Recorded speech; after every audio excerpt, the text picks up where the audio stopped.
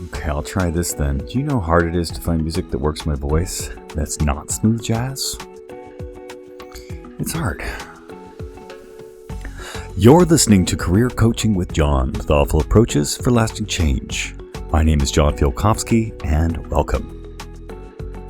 Well, today, we're going to talk about telling your story. Yeah. Side note. First, though, I want to talk about Taylor Swift. You know, if the American flag were a woman, you'd have Taylor. This chick is showy, she's blonde, she's got a football boyfriend, you can see her waving at the Super Bowl. She's everywhere. But you know, even an old grump like me has to recognize that there is something different about her.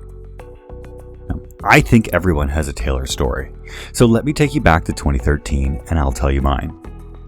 I was working at a downtown hotel across the street from the stadiums, and we get a lot of the concert guests. Sometimes we'd even get the talent staying there, but mostly we just get roadies and the out-of-town superfans. I remember two shows in particular, though.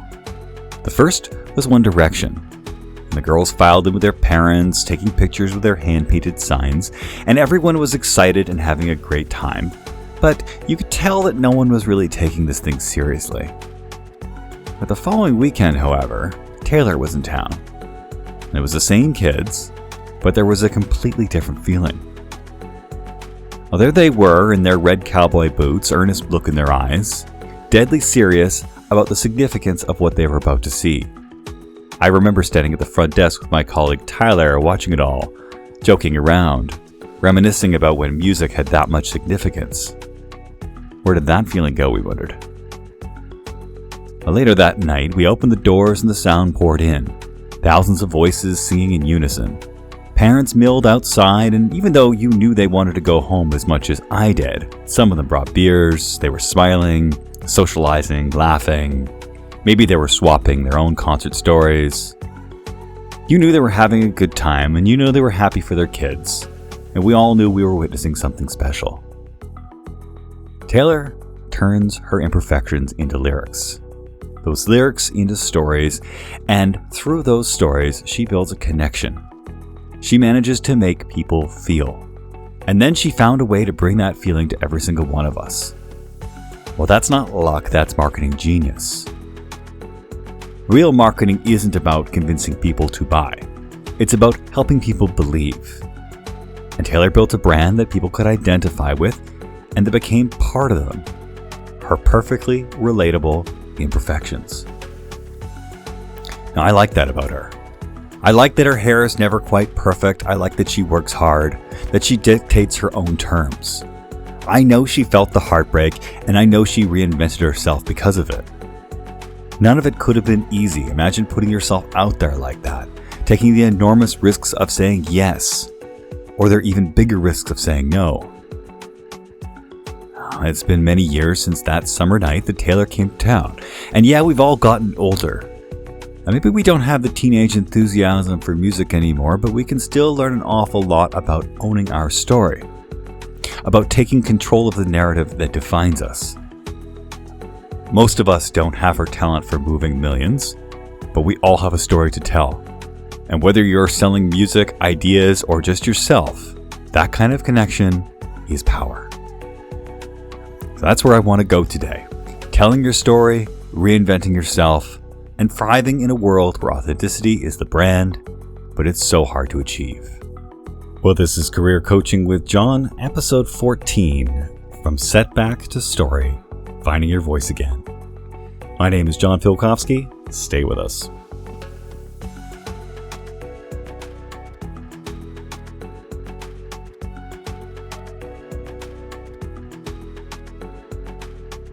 How do you pronounce your last name?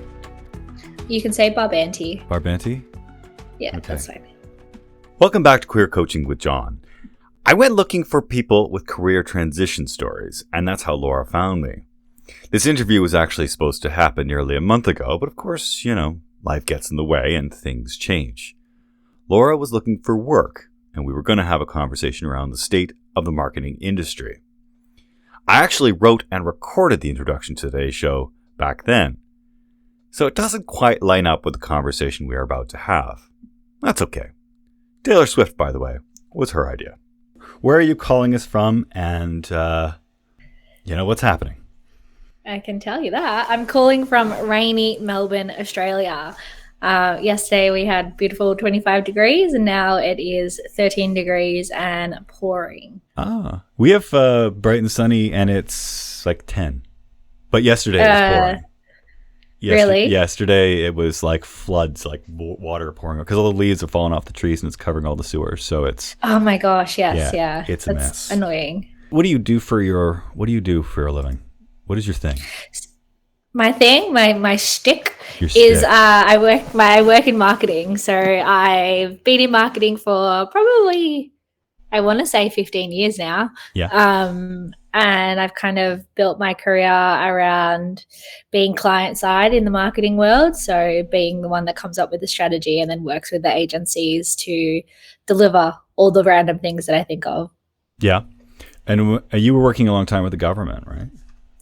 I was working with government for 10 years, specifically in the transport, public transport and infrastructure side of the business, where I guess that's where government was investing a lot of money. So I was in a very fortunate position to have pretty healthy marketing budgets and pretty big teams working to kind of, create really fun and engaging campaigns that, I guess, in more or less words, sell the dream. Yeah. And did you sell the dream? I sold the dream and I sold out on the dream. What do you mean you sold out on the dream? Oh, I happily took my redundancy after being there for 10 years. No, 9 years. What happened with that? So I was working as head of marketing and disruptions for infrastructure, where we were we're going to open 2 big tunnels. I think by the end of the year is the latest that I've heard in the news. But essentially it was working on all the construction side of that and communicating that to the public. Then obviously there was a lot of duplication. There was a lot of role duplication essentially. And with the tunnels opening this year, that's a lot of roles that need to be consolidated. And unfortunately, my role was the role that got axed during that process.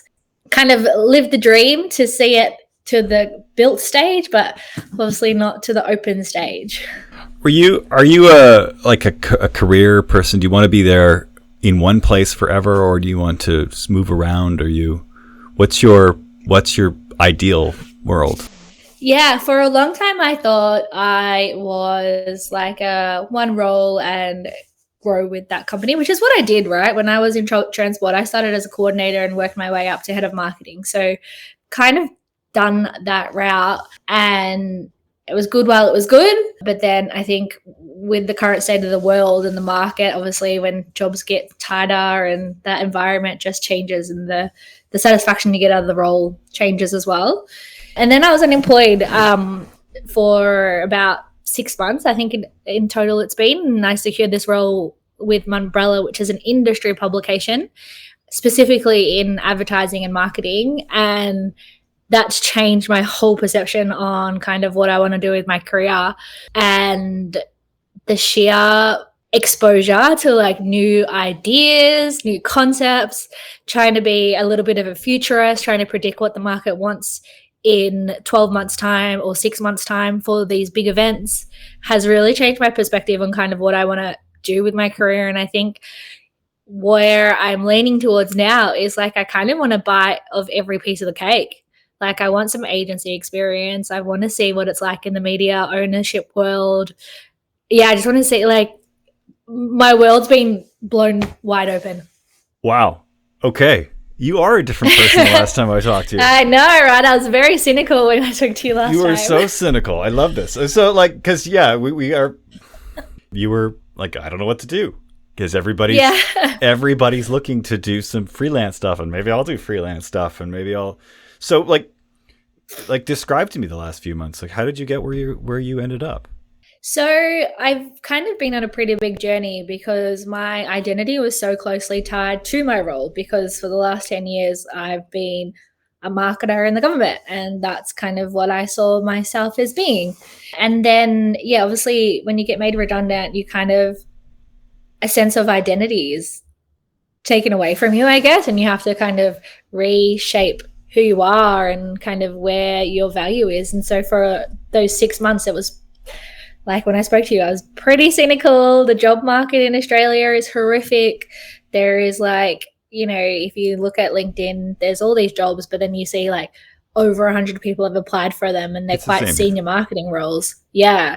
So it's quite depressing and it's quite discouraging. And like, no matter the amount of recruiters I spoke to, they were like, it's not you, I'll help you. And then you hear nothing, you hear crickets because there's obviously someone better. So that whole period was pretty tough. And look, I'm still applying for jobs because the job that I'm at the moment is only a contract role. Yeah. But even though it's a contract role, it's quite exciting to completely change the kind of content that I'm working on. But then how did I get this job? So this was an interesting one. So I started really driving home the content that I'm creating on LinkedIn. And I've kind of taken a few avenues with the content. Firstly, trying to position government workers as not being useless because we actually do work pretty hard. Even though the stigma around it is that government's covered with red tape, government's slow, government's behind. None of that was really true for what we did for Victoria's Big Build. Yeah, just trying to kind of build a little bit of content around why government workers aren't slow, and actually we do work pretty hard. But then I kind of shifted into just more of really kind of trying to build a community on LinkedIn and trying to really engage with people because I feel like, yeah, that's the only way to build community at the moment is to try and like make friends with people on LinkedIn and then meet them at conferences or I don't know, whatever events that they put on. And then when you start to see familiar faces, like that's how you start to kind of network. And then, yeah, I was lucky enough to get this role at Umbrella through this AI group that I'm part of. That's kind of like, I just got really lucky because it's a contract role. It's not like a permanent role, and kind of had a few conversations with the team over at Umbrella and then, yeah, got it, which is game changer. It's ironic that I'm talking to you today because I literally just got off the phone with somebody who she's in the same position you are or were. But she has this long-term goal of being doing content creation. And this was the thing that she wanted to do, and she was like dreaming of it. But you know, she worked for banks before. Yeah. And like IT and banks and stuff. And her job was made redundant because they sent it off to somewhere else. And but she just wanted to do this content creation thing. And I didn't know that. And she just happened to bring it up. But oh yeah. And she's a new mom, and so she's got to have some money, but she wants to work from home and she wants to do all this stuff. And it's okay, cool. Well, my question, what can you do if your long-term goal is to be into content creation, to do YouTube stuff when you need to have another job? Like how can you use your one thing that you want to do to give you the thing that you have to do, and then the thing that you have to do, how can you pay off towards what you want to do? That's a tough question, right? It is, but it's funny because you just did that to a degree, but like I wasn't getting paid for my content. My content was all out of the kindness of my heart. Well, for sure. And you know what? Her content's out of the kindness of your heart. My content's out of the kindness of my heart. This is a one-way street out, and I don't get paid anything for it. But my thought is that if I do this, I get to make connections that I otherwise wouldn't make. Like, why would I ever get to talk to you? There'd be no reason for us ever to talk, ever to meet, any connection whatsoever. And you put out that stuff, and you were part of the AI group. What was that, a LinkedIn thing? Was that a content thing? I mean, how was that? That kind of came about through LinkedIn. So it's LinkedIn's weird, but also really wonderful at the same time, because like before I was made redundant, I was like, oh, LinkedIn's kind of show and tell. Yeah. But post a redundancy, it was actually such a great spot to learn outside of, my government brain and frameworks and stuff like that. And really, people share a lot of gold on LinkedIn, more than you probably think. And, the AI, right, when I was made redundant, was kind of like everyone was experimenting with it. Everyone was giving away free courses, free training. So I initially was doing like a, what did she call it? Oh, I did a sprint with this lady in Melbourne called Robbie. Yep. And she had built her own custom ChatGTP, and she was teaching people how to build them herself, which was a lot of fun experimenting. And then she was kind of like fixing all the prompts and stuff like that. Then I'd met this other girl, Emma. I don't actually know if her name's Emma. I think I know it's M. What if I post it? Cut that out. Then I met this girl, M, and she was talking about how she was using her custom chat GTPs to help her get a job. So she was doing it for a resume, for like as a coach, all these things. So then I was talking to her, and actually she was the one who added me to this AI group that was based in Sydney, and they share some incredible stuff that I'm just like, how do you know this stuff exists? Like, I'm learning so much through them. I use ChatGPT a lot because it's my personal assistant, I guess. But it's really like, I don't even know what it can do. I just ask it, like, what can we do on this? I don't trust it all that much, but I like some things I don't have a choice but to trust it on. But it gets me started on a lot of things that I otherwise wouldn't get started on. And then it makes things make a lot more sense. And I will put out, now I openly recommend it to people. Like, start having conversations with this thing, because it will open up your mind. But you got to know what you want to put in. Like, well, that's the thing. Yeah. You have to understand what you're asking for. So we still have to get to the point where we're asking for something specific, because it will produce you something, whether or not, but it'll be nonsense. It won't be anything unless you ask it to. And then it starts to get really good. And when you train it to know who you are, and you really work with it to develop the values, then it starts to really give you good stuff. Mm-hmm. Yeah. And that's kind of where the custom chat GTPs come into it. Like, I feel like if you're already using it just as like a back and forth, you could probably go one step further and play around with the custom chats, because essentially you can build mini profiles essentially to help you. So I've got a chat that's literally just a resume builder. So I'll put my resume in, and then I'll put the job ad in, and then I'll go, what's the match? What's missing? Yeah. Am I a good match for the role? And then I'll work back and forth with the chat and be like, okay, like, you hit 7 out of the 10. Here's the 3 that you're missing. And then it's like, oh, actually, I do have those 3. I just haven't worded it in the way the job application wants me to word it. And so then you can kind of refine your application that way. So it's really good like that. Then just last week or the week before, Canva introduced a plugin with ChatGTP. Yeah. So now you can open up Canva and ChatGTP and like work through prompts and stuff like that to create creative, which is, I've just started playing with that. It's kind of, you really have to give it structure about what you want to produce something that you want versus just saying create. Is this part of your 30 days of putting stuff on LinkedIn challenge that you've given yourself? Well, I need content, right? 30 days is a lot. Yeah, it's terrible. So would you say you've been intentional with your creation, with your content creation, or is it like, I just want to do something? Like, what's the drive here? I mean, I know you come from marketing, so this is kind of your wheelhouse. But what if you weren't? Like, what if you were that potential client that I spoke to that's just like coming from another environment, and I just want to, but this is where I want to go. No, I am definitely being quite intentional. So in the beginning, it was very much like myth busting government and using case studies from government to showcase that, we actually do cool things. We do world first stuff. Like, we're not just kind of riding the coattails of some other big brand that's done something cool. Like, we are actually trying to push the dial. Then I kind of moved into just general case studies of like what I've done in marketing to showcase my skills, because I was trying to build my brand, trying to like build visibility.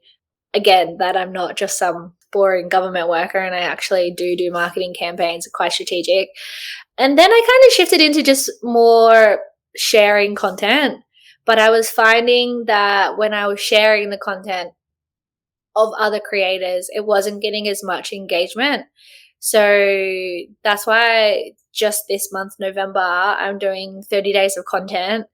And that's quite intentional. I'm like kind of theming the weeks based on the key pillars of content that I'm passionate about, and to see where and how the LinkedIn algorithm rewards me.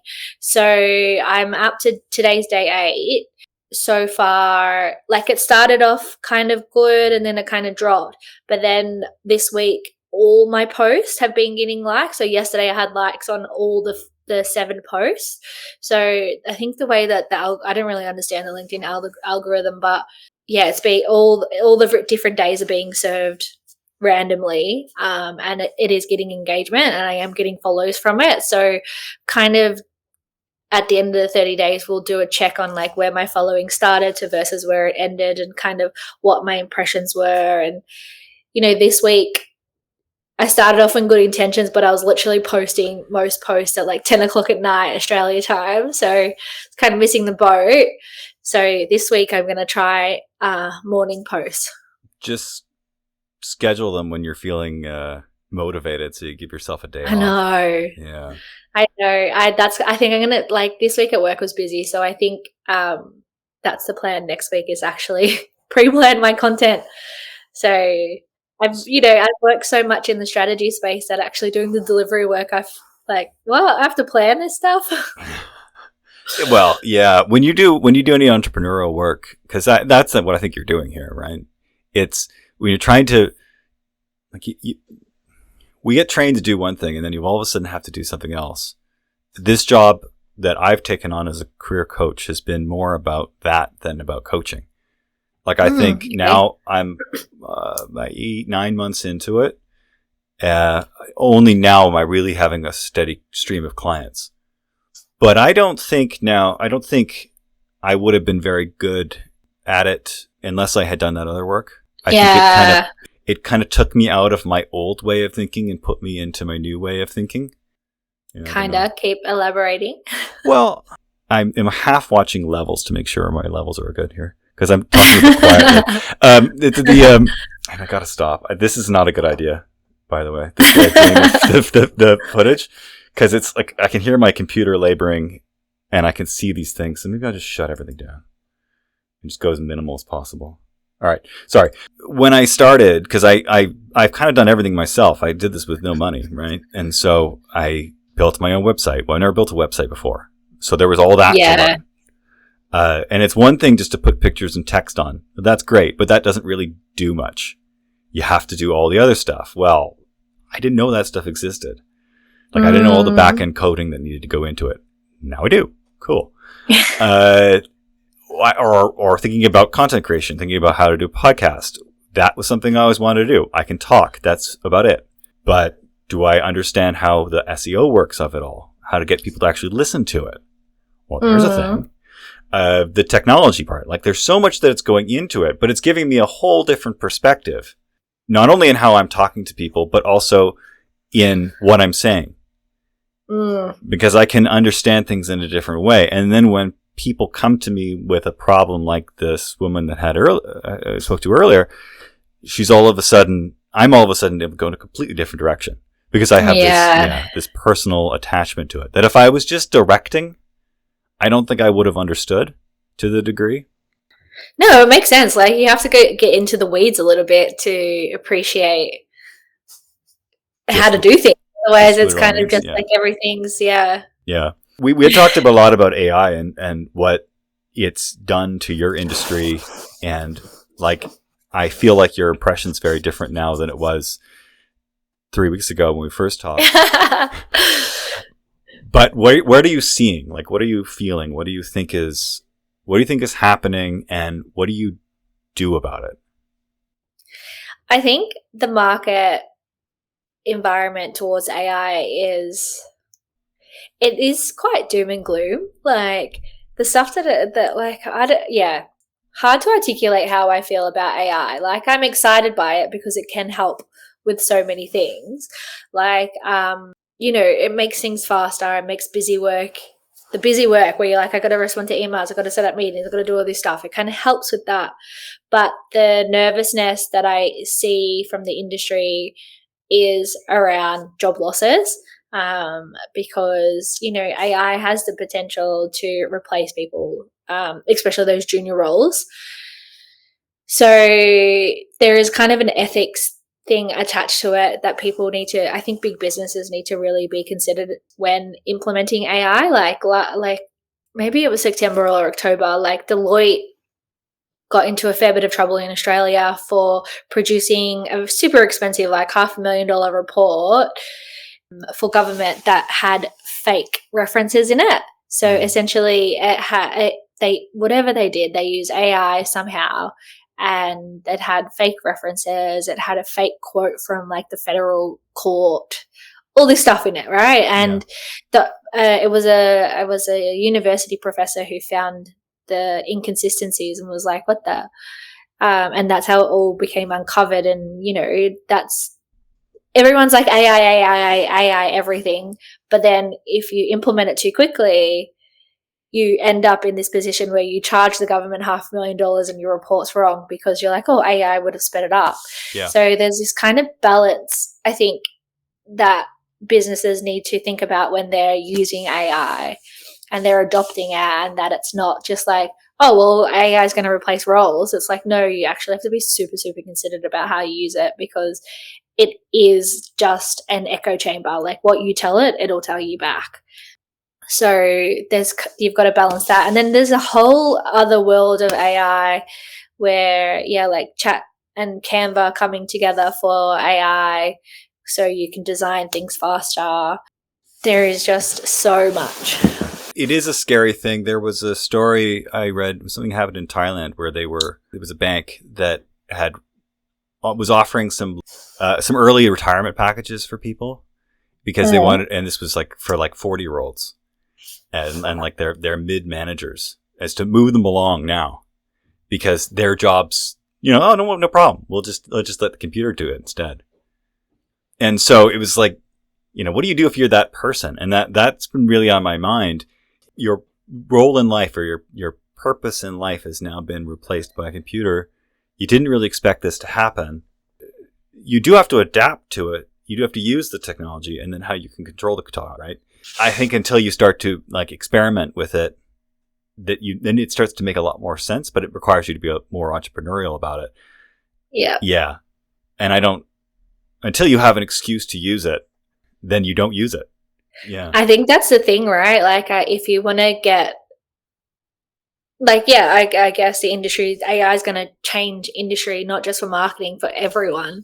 And I think the way to kind of differentiate yourself in the current market or to prepare yourself for the future is to actively engage with AI and figure out how to use it and how to build stuff in it, because it's exactly that. Like people who think, oh, it's just a phase, it's just a fad, or I'm not worried about it, they're the ones that are going to lose out. Like think about history, Kodak and the digital camera. They're like, oh, we don't care. Next minute, the iPhone's taken over as like the biggest camera in the world. So, these people who don't see it as an issue, I worry that they're the ones that are going to, if they're in business or if they're leading marketing teams, they're the ones that are going to result. Yeah. They're going to tank compared to someone who is using AI and benefiting from the speed of it. Yeah. Yeah. Kodak was the typewriter company, Smith Corolla, I remember from business school. Best year ever was 1995 or something. And then they were out of business by 97. And, oh my God, wow. Yeah. Still, I mean, what we're going through with AI is an experiment, right? It is, nobody really knows how it's going to be dealt with. And the amount of money that's fueling this thing is so enormous and it's bigger than anything that's ever happened ever in terms of the investments behind it. Yeah, I don't know. And trying to think of how to get your mind out of it, though. I mean, it's the problem, because I think that doom cycle is always the struggle. You know, if you're living in your social media world, which is already isolated, that world becomes influenced by, it's nothing but created content, but there's somebody behind all that. You know? Yeah, but that's the thing. Like, I think there's a lot of, like, the industry's already named it. They've called it slop, where people just like put random stuff into AI and then generate it, and it's quite shit. Yeah. But I think the stuff that's successful is when you actually have a point of view and you yourself do a lot of the building and the prompting behind it, and then see what it produces. Like, I've seen people who, you know, just chuck something random into ChatGPT and be like, oh, turn this into a script. And you get it back and you're like, was this written by a human for a human? Like, you can honestly tell the difference versus, you know, when you write something and you go, hey, can you correct my grammar? And can you just make sure that my arguments are strong in this? Yeah. There's a very different kind of end product. So what I was seeing, and what I still am seeing, is the main users, or the mainstream users, just chuck random shit in there and hope for the best, and it's shit. Yeah. Versus the people who are using AI properly and kind of working through their prompts and kind of really giving it structure are the ones that are producing good content. So I did a Google AI course, and the whole course was literally like how to prompt the AI engine to give you what you want, versus just going, write me a social post. Like, there's a really nuanced way in how to use it. And then actually, like, it was funny, there's this necklace thing that's come out that's like an AI necklace, and it records all your conversations, kind of similar to the glasses. Yeah. And so that kind of stuff creeps me out a little bit. It kind of gives me, like, I don't know, Minority Report, or like something, I don't know, that stuff is what scares me more than there's anything. There's a dystopian movie behind everything.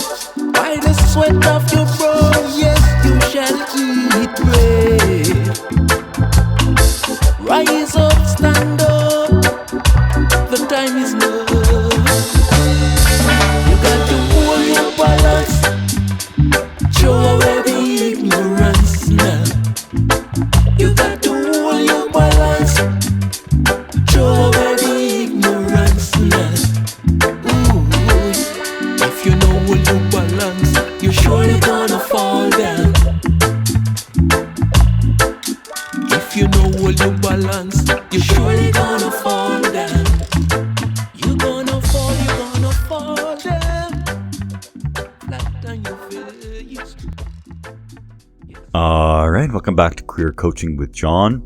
That was Vernon Maytone and Brotheration Reggae. Vernon has been around for a long time. He had a band in Jamaica called the Maytones in the late 60s, and is still records today from his home in Toronto. It's the Maytones was kind of real rock steady stuff. Now it's it's much more modern reggae. Brotheration is a LA-based studio team that has recorded with all sorts of reggae and ska artists for over the last 30 years. I have included links to that track in the show notes. Check it out, it's cool. Anyway, my apologies. First off, getting this show out has proven a lot harder than I expected. I have been collaborating with another podcaster on a multi-part series that just doesn't seem to want to end. But I am going to release the first episode of that to the Patreon page. I'm going to wait till the whole thing is done before I release it into the wild. There is a reason for this. Of course, I want to remind everybody to subscribe to the show, share these episodes if you like them, or if someone out there needs to hear it. You can visit johnfielkowski.com/podcast and explore all the episodes, show notes, music, links to my sources, you name it.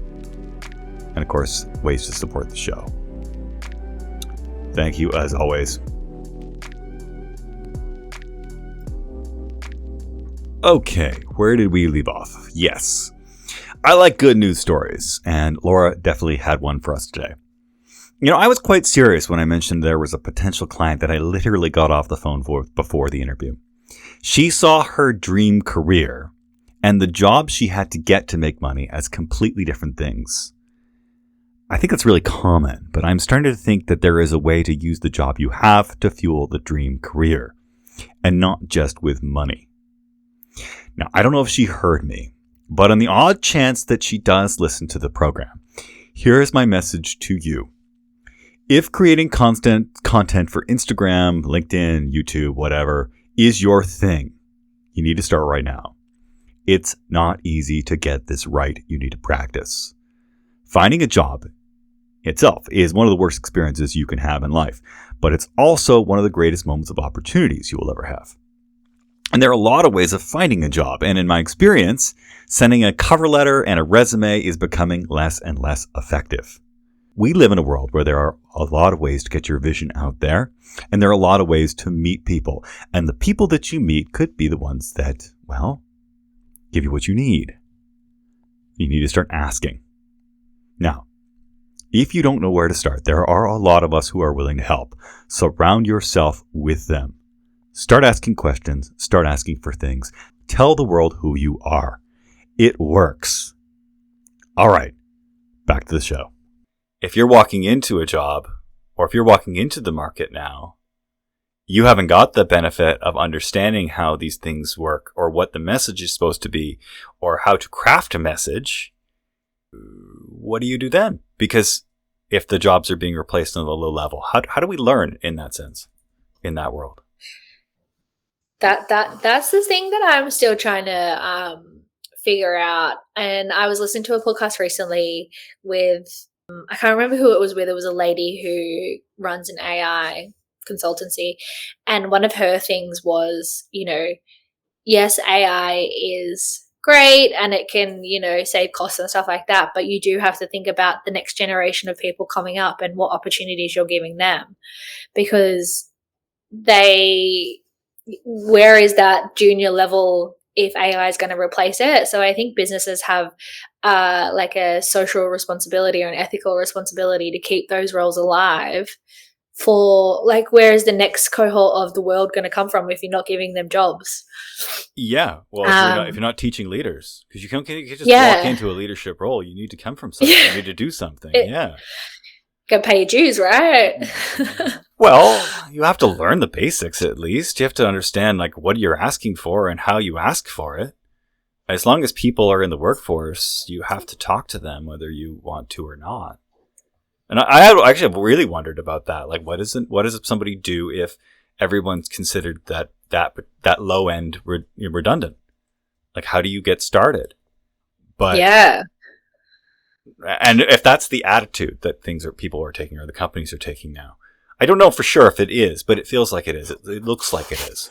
That's what I mean as well. It's hard without these companies doing interviews and stuff like that, and you kind of just get caught in the noise that is social and whatever gets posted online from the news publishers. So you don't really know. But when you see things like the Deloitte example, you're like, well, what if an intern, or not an intern, but a junior staff member was given the opportunity to source those resources rather than AI? Like, there's this balance. And Deloitte's the only example that I've seen in market where there's been a big stuff up, where you can see the value of having real people versus the AI engine. Yeah, it's a really tricky one, because for me, I think you learn the most from the next generation that's coming up. Like, I've taught and led Gen Z, and they're so technologically savvy. They pick things up really easy and can figure out how to solve things that you're just sitting there on Excel for like 3 days going, what the hell am I doing? Yeah.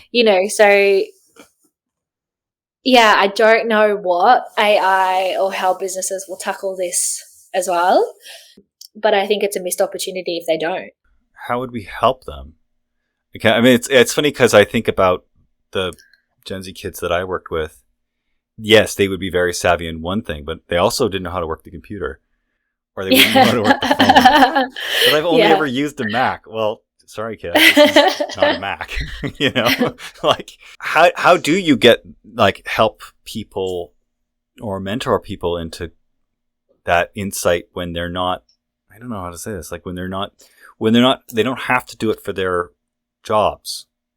Like, if you would have learned if you would have learned this basic stuff on the job, by the mistakes that you make, by a boss that looks over your work, by like all that little bits and pieces, if that doesn't exist and you're going in from a different perspective, because I guess you would be, how do you teach somebody that? Or what values do you instill? Yeah. It's so funny you said that about the MacBook. That's so funny. It's so true. It's so true. That's the thing, I think, with the next, like with the generation that's just coming out of uni, the Gen Z, is they have had a lot handed to them, right? Like, their parents have gone through so much and they've made their Gen Z kids' lives pretty easy. And so I think when you enter the workforce, when and if they enter the workforce, they're gonna be in for a rude shock, because it's not all rainbows and butterflies. Like, it's actually pretty brutal, if I'm honest. Like, yeah, but we went through that too, right? It wasn't that. Yeah. But like, I think one of the ladies, maybe I can't speak about that, it might be under embargo. Yeah, no, we definitely experienced that ourselves. Today, I don't think I have any audience in Australia, so not the end of the world there, but maybe I will No, soon. I know, but if I share it, yeah, I hope you share it. I don't want to get in trouble. We'll pretend that never happened. Yeah. No, yeah, we copped shit as well. And I think for us, and I don't know if that was just what I was exposed to, there wasn't that much in the market for how me as a junior employee to figure out my way through that. Like, I learned a lot by failing.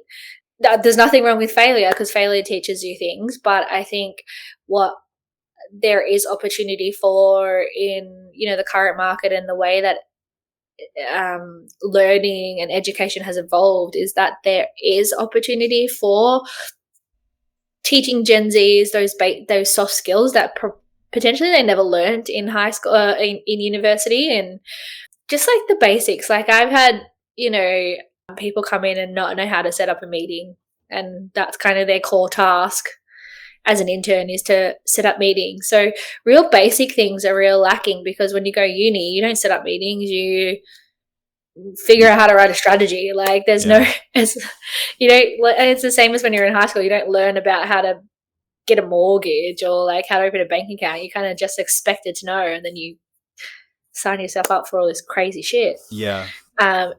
Yeah, it's almost like the home economics part of that what your job is as a leader is to sort of teach the home economics part. Yeah, that's the thing. Yeah, like this is how you impress people.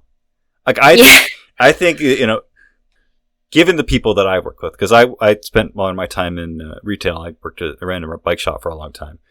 What really impressed me about the new hires, and they're like 18 or 19, It wasn't necessarily their knowledge at all. I mean, we had a lot of knowledge of the bikes. It was a bike shop. So they knew the stuff about the bikes because they loved it. They were mountain bikers. They knew everything there was to know. And that was great. However, do they know what really impresses me? Well, showing up on time is a good start. I know it sounds silly, but it's true. How do you present yourself? What is your attitude? Yeah. You know, how do you look at a problem? Look at a problem as an opportunity, not as a pain.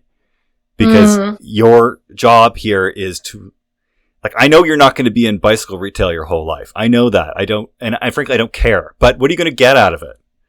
Yep. Meaning, like, what are you going to learn here? Because there's a lot you can learn. You're in a microcosm. It might seem like a joke to you, but it's a multi-million-dollar business for somebody. Yeah. And things like, I see a problem, I'm going to act. Even if I'm wrong, I've acted.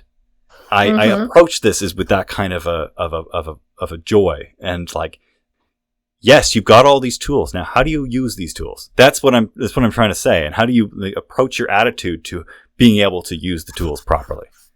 Because I don't care how good you are on a computer. If you can't give me something good out of it, what's the point? Yeah, and I think that's going to be really hard for. I don't know if it's going to be hard. I think that's the opportunity for the Gen Zers is to prove that. So, like, I am also part of a mentoring program, and the stuff that they ask me is literally that, like, how can I stand out in the market? Or what do you think the number one skill is that I need? And every single time I'm like, it's how you work with teams, how you work in a group context, how you prioritize your workload. And they're like, like so shocked about that and thinking that, it's about what their marketing skills are or, how good they are at building strategy. I'm like, that is so secondary to whether or not you everything show up else. on time. Yes. Yeah. Literally though, like you think it's the number one thing, but it's all those soft skills that are way more important. I think they're probably becoming, well, they're no less important than they used to be. And I think that's the point I always try to make is, if you walk into a job, say, please give me a job, I'll do whatever, you're not inspiring anybody. But if you walk into a job and saying, I'm great at this and this is why, well, now you've inspired somebody. Yeah. And it makes a big, big difference. And then, look at what happens to the other side of it.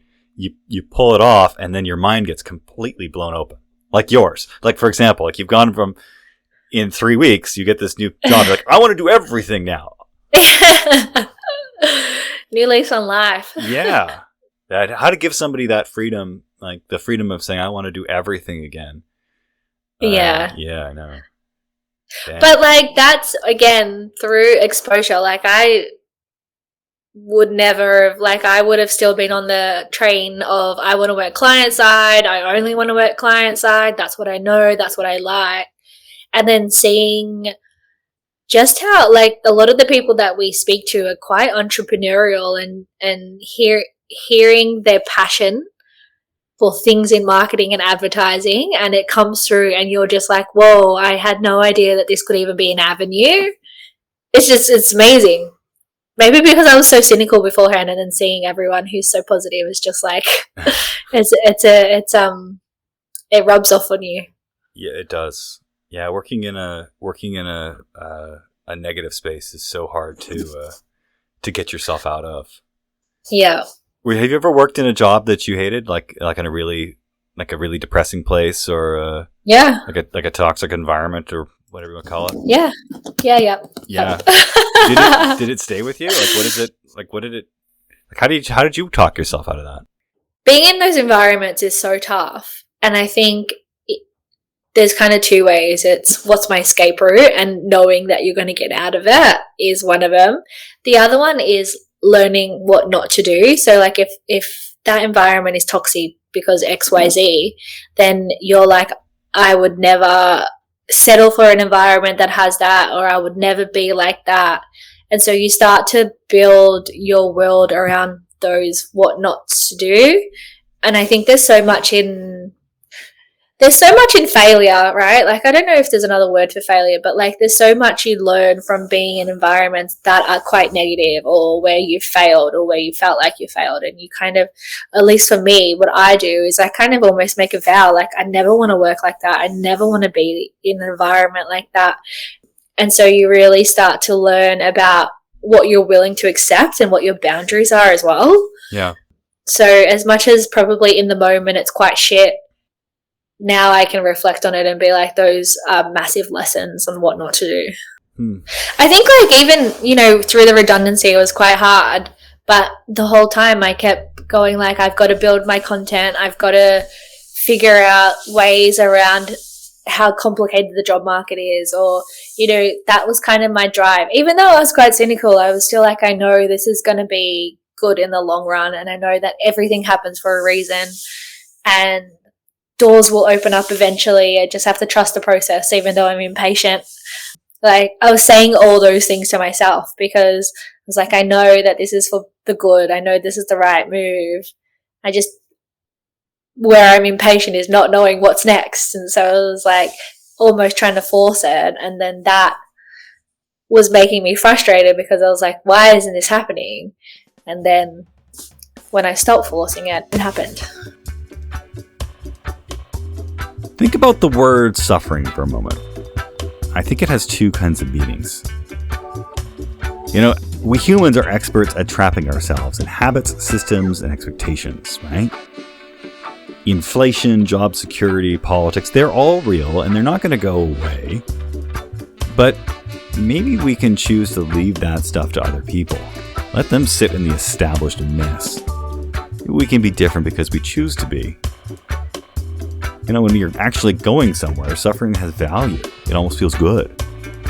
As a cyclist, and sometimes I'm on a long ride, and I start to fade, but I make a decision to keep going. And that's usually when the ride becomes amazing. The suffering means something because I chose it. I'm heading somewhere. So maybe that's the message of today. Keep moving. Try something new, even if it's small. You don't have to know exactly where it leads, but you have to start pedaling. For so often the right person notices, off you go. Maybe we have to ask ourselves, you know, when I'm uncomfortable, what would Taylor do? All right, thank you for listening to Career Coaching with John. This was episode 14, From Setback to Story, Finding Your Voice Again. I want to thank Laura Barbante for her time and insights. It sure was a pleasure to meet you. She told me in our original conversation that she might start a podcast too someday. Well, Laura, I want to be on it. So maybe, just maybe, all of you will hear me live on the Barbante Show someday. Watch me, I'll be famous in Australia before you know it. Our musical guests today were Hits Lab with Afrobeat Pop for the intro, and Brotheration Reggae, who did both the break, and they are now playing us out with We Dub a Long Way. In the next couple weeks, I will be releasing part 1 of Path in Life. This is a series that I am working on with podcaster Luca Volunteer on the Patreon. Well, I'll release it first to the Patreon, then it'll go on Spotify and all that good stuff. I am excited about this, and so I hope you do like it. But remember, becoming a friend of the show on Patreon is simple, cheap, and goes directly to support the production of this show. Visit johnfielkowski.com/podcast to learn more about supporting the show. You can also learn a thing or two about my work as a career coach. I would love to hear from you either way. If you're having trouble, you want to work together, you want to talk politics, I don't know, sports, please know. As always, if you know someone who needs to hear this message, please share this episode and subscribe to the show. This was Career Coaching with John. I'm John Fielkowski. Now go enjoy your day.